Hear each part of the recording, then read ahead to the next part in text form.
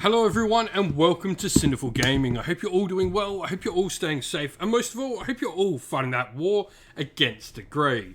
Today's video we're going to start collecting Warhammer 40,000, and today we're going to take a look at the Astra Militarum Combat Patrol box set. Now in this video we're going to go through, talk about the Combat Patrol box set, its contents, how we can build these models up, and what they do on the tabletop, before having a look at some other units we can use to expand upon this initial purchase. We'll then finish off the video with a little sample army list of 1,000 points for you to use as some inspiration for starting your own Astra Militarum army for Warhammer 40,000. And so, to start with, first of all, we get a Cadian command squad in this box set. This command squad contains a variety of different miniatures. It will contain, first of all, a model with a regimental standard, which will give you the nice ability to get reroll wound rolls of 1 for Astra Militarum core units within 6 inch of this model. You've got a Medipack model to give a 5-up feel no pain in the unit. And you've also got a Master Vox where each time an officer in the bearer's unit issues an order, you can increase the range of that order to that it can be issued by 224 inch, but only if the friendly unit you're selecting also has a Vox caster to issue the order. Effectively, you've got, communications across the battlefield. Pretty cool stuff.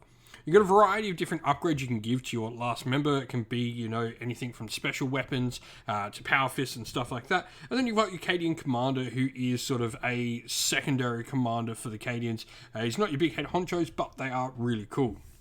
Now, on top of this, you are going to have the ability, which is the Refractor Field. This is just for the commander himself, who have a 5-up in a vulnerable save. Now, you can also choose to get some attachments for this unit. This box set doesn't contain any of those attachments, or indeed any of the bodyguards, but there are options to get some Ogrins, or indeed get some other interesting models into the unit. Now, next up, we have 20 Cadian shock troops. Now, these can be taken, first of all, as our troops choice of Cadian shock troops, but you could also use these to build up Kazakhstan squads as well if you want to. Cadian shock troops are a nice standard infantry unit for a troops choice, 10 models strong, containing a sergeant. They can have 2 different special weapons inside the unit, along with a Vox caster. The special weapons can include things like flamers, grenade launchers, melter guns, and plasma guns, though you can't select the same weapon on them more than once. You can't have 2 plasma guns. It must be like a plasma gun and melter gun.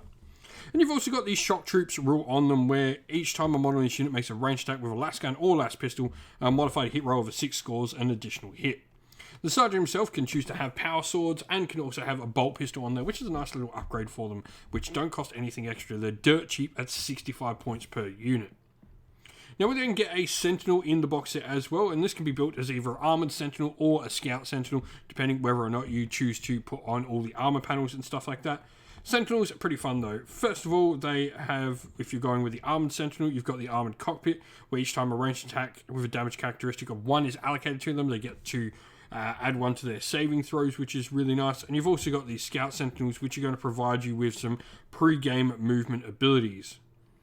Now, you've also got the options for a variety of different heavy weapons. They can also take Sentinel chainsaws for a nice -2 AP damage to weapon in close combat, and hunter-killer missiles as well for that nice one-shot weapon at strength 10 -2 AP damage D6. The last unit we get inside this box set is a Field Ordnance Battery. Now, this does contain 2 models, so while it will say, I say here, 1 Field Ordnance Battery, you buy these units in sets of 2 models when you're purchasing them for your army list. Now, Field Ordnance Batteries have a few different weapon options you can take within them. Bombast Field Guns for a heavy D6, strength 7, -2 AP, damage 2 with indirect fire blast, and it can target units that, it can't see, which is pretty cool. Heavy Las Cannons are nice for a good tank hunter, and the Malleus Rocket Launcher sort of sits, I guess, heavy D6 +6, strength 6 though, -1 AP, damage 1 blast. They sort of sit somewhere in the middle of those 2 weapons. For me, I particularly like the Bombast Field Guns. I think when you look at the fact you can get your Sentinels to be nice little tank killers and really move around the battlefield fast, the Bombast can provide some nice anti-troop choices at your backfield. Now, if we're looking at where to go next, we also have the Cadian Castellan. Now, this is a really cool miniature. This is sort of, I guess, one of your more higher commanding officers. it has a 5-up invulnerable save, like your other Acadian Commander, but the Senior Officer will allow you to reroll hit rolls of 1. This combines nicely with the banner's reroll 1, so you can get some really good rerolls and rerolls on both hits and wounds for units nearby both of these units.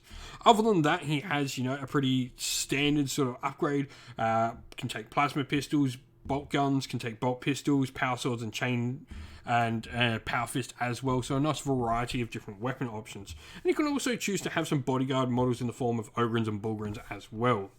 Another HQ option I like is the Primaris Cycle, which I think can actually, when you're playing with maybe this more elite style, and I say elite lightly because you still do have quite a few units in an army for Astra Militarum, even an elite force, but the Psyker has some nice defensive abilities you can bring to the force, but also, brings the Psyker to the table as well.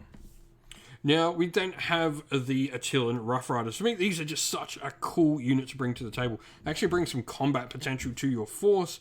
They have their hunting lances, which can be either frag tips for -1 AP damage 1 at the strength of the user, which is strength 4, and each time an attack is made, a successful hit roll scores 2 additional hits with the frag tip, or the melter tip for +2 strength, -4 AP damage 3. And you can have a couple models in the unit as well for a goad lance, which is really cool. And the Rough Rider Sergeant can even have his power sable to get some extra AP and damage in there as well.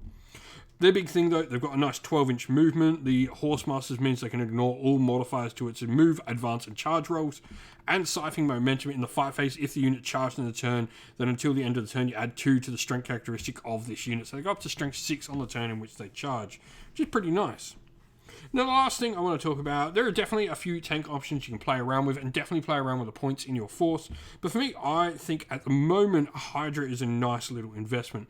There's definitely a lot of flyers kicking around in the Arcs of Omen at the moment, so Hydra's become a nice little piece to bring to the table with a Hydra Quad autocannon, where each time an attack roll is made with a weapon against an aircraft, make 2 hit rolls instead of 1, and add +1 to both hit rolls. This can give them, a heavy 8 or, when they're shooting flyers, heavy 16. So they're really good at taking out those flyers.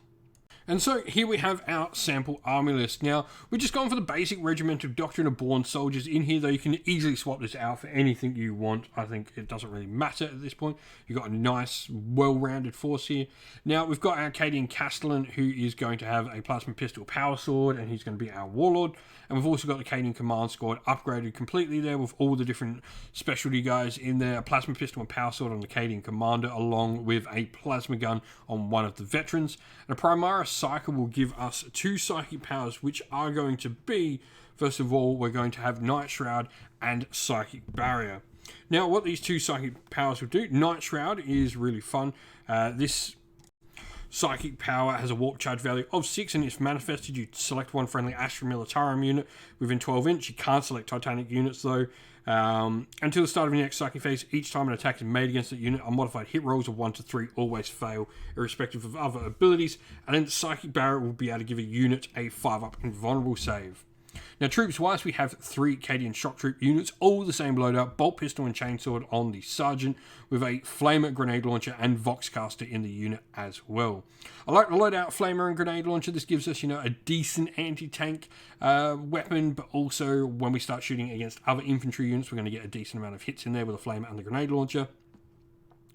Fast attack-wise, 3 Armoured Sentinels, Hunter-Killer Missiles, Lash Cannons, and Sentinel Chainsaws. I really like putting these guys as tank hunters. The Sentinels, for me, they are a nice, faster-moving unit, can maneuver around the battlefield a little bit better, and really bring their Lash Cannons and the Hunter-Killer Missiles to bear quite easily. The Attilan Rough Riders are 10 models with 2 Goad Lancers and also a Power Saber on the Rough Rider Sergeant. Every other model with those base Hunting Lancers. We then have a Field Ordnance Battery with a Bombast Field Guns and a Hydra, which has been equipped with a Hunter-Killer Missile as well, and a Hull-Mounted Heavy Bolter. Now, this is perfect 1,000 points, perfect 50 power level, and we've not spent any CP on relics and stuff like that, so we do start with 6, which is pretty cool. I love, this is just my favourite 50 power level, 1,000 points. When it works out perfectly like this, it's amazing.